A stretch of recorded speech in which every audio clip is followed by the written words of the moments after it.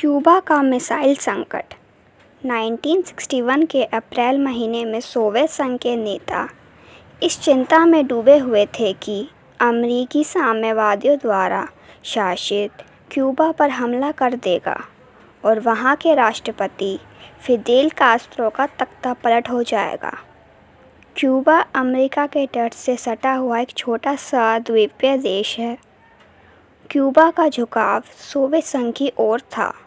Soviet संघ से उसे कूटनीतिक तथा वित्तीय सहायता मिलती थी। सोवियत संघ के नेता निकिता क्रुश्चेव ने क्यूबा को रूस के सैनिक अड्डे के रूप में इस्तेमाल करने का फैसला किया। 1962 में क्रुश्चेव ने क्यूबा में परमाणु मिसाइलें तैनात कर दी।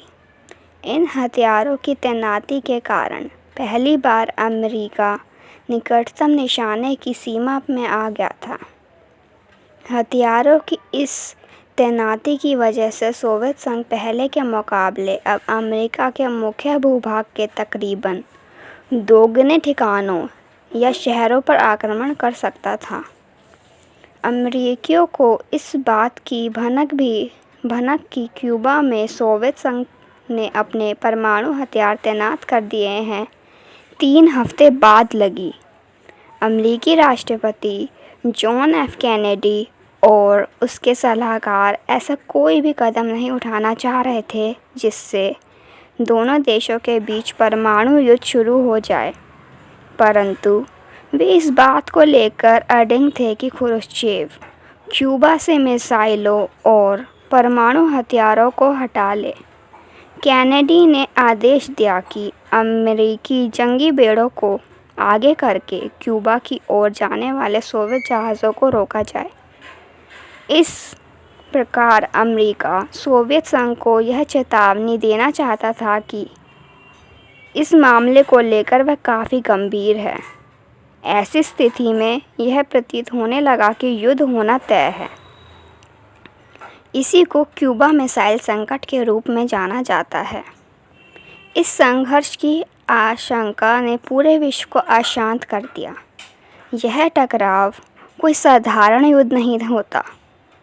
अंततः दोनों पक्षों ने युद्ध न करने का फैसला किया और इस निर्णय से दुनिया ने चैन की सांस ली। सोवियत संघ के जहाज़ों ने या तो अपनी गति धीमी कर ली या वापसी का रुख कर लिया।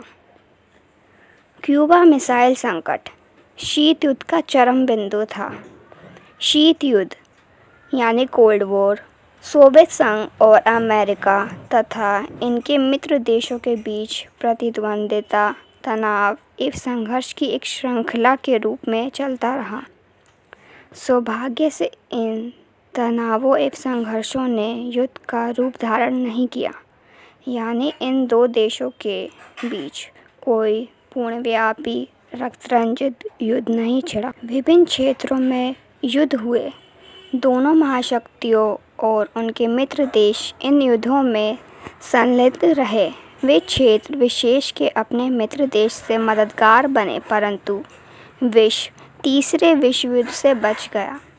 शीत युद्ध केवल जोर आजमाइश, सैनिक गठबंधन अथवा शक्ति संतुलन का मामला भर ही नहीं था, बल्कि इसके साथ साथ विचारधारा के स्तर पर भी एक वास्तविक संघर्ष जारी था। विचारधारा का संघर्ष इन चीज़ को लेकर था कि पूरी दुनिया में राजनीतिक, आर्थिक तथा सामाजिक जीवन को सूत्रबद्ध करने का सबसे बेहतर सिद्धांत कौन सा है। पश्चिमी गठबंधन का नेतृत्व अमेरिका कर रहा था और यह समूह उदारवादी लोकतंत्र तथा पूंजीवाद का समर्थक था। पूर्वी गठबंधन का नेतृत्व सोवियत संघ कर रहा था और इस समूह की प्रतिबद्धता समाजवाद तथा साम्यवाद को लेकर थी। अगर आपको वीडियो अच्छी लगे तो वीडियो को लाइक करें और चैनल को सब्सक्राइब करें और शेयर करना ना भूलें, क्योंकि ज्ञान बांटने से बढ़ता है।